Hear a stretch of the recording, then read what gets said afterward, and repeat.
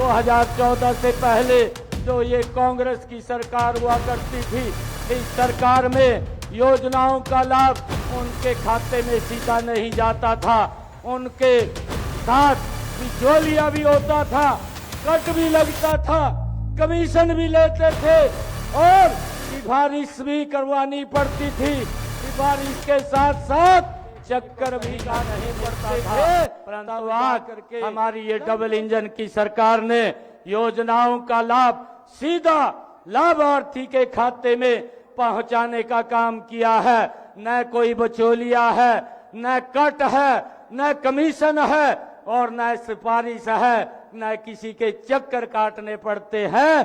Direct लाभ लाभार्थी को उसके खाते में पहुंचाने का काम ये हमारी सरकार कर रही है।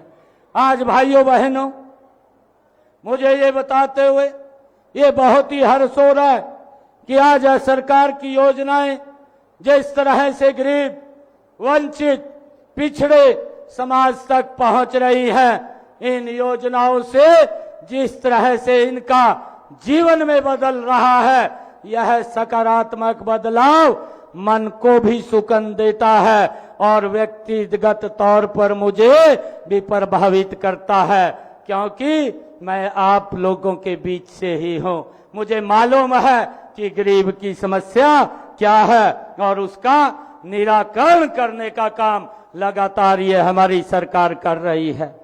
भाइयों बहनों, मैं आज इस राज्य स्तरीय समारोह में 65,000 लाभार्थियों को सामाजिक सुरक्षा पेंशन जारी की गई है, लेकिन मैं इसे सम्मान पेंशन कहना चाहूंगा।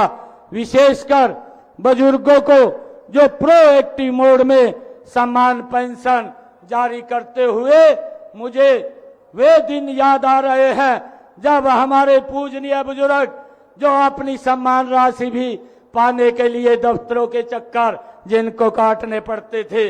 मुझे आज खुशी है, अब यह मासिक सम्मान राशि पाने के लिए आपको न तो दरखास्त देनी पड़ेगी, न दस्तावेज जमा कराने पड़ेंगे और न ही किसी दफ्तर के चक्कर काटने पड़ेंगे।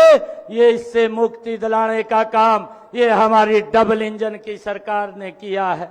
अभी आप देख रहे हैं कि आप इस सम्मान के हकदार हैं, क्योंकि आप उस योजना को मार्गदर्शन देने का काम निरंतर कर रहे हैं, जिसमें वृद्धावस्था को कभी भी ऐसा है नहीं माना जाता था।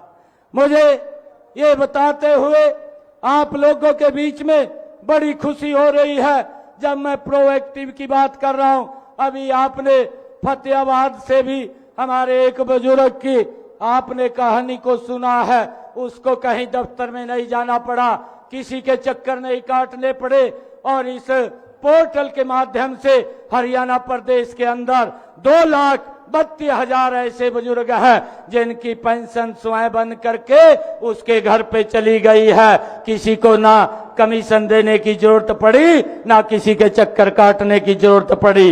ये सीधा ही उसके घर में पेंशन लग करके पहुंचाने का काम ये हमारी सरकार ने किया है। भाइयों बहनों, मैं आप लोगों को बताना चाहूंगा, कांग्रेस के शासनकाल में अनेक बुजुर्गों को इस सम्मान भत्ते से भी वंचित करने के लिए उनकी पात्रता को वार्षिक आय से भाइयों 50,000 रुपए तक थी।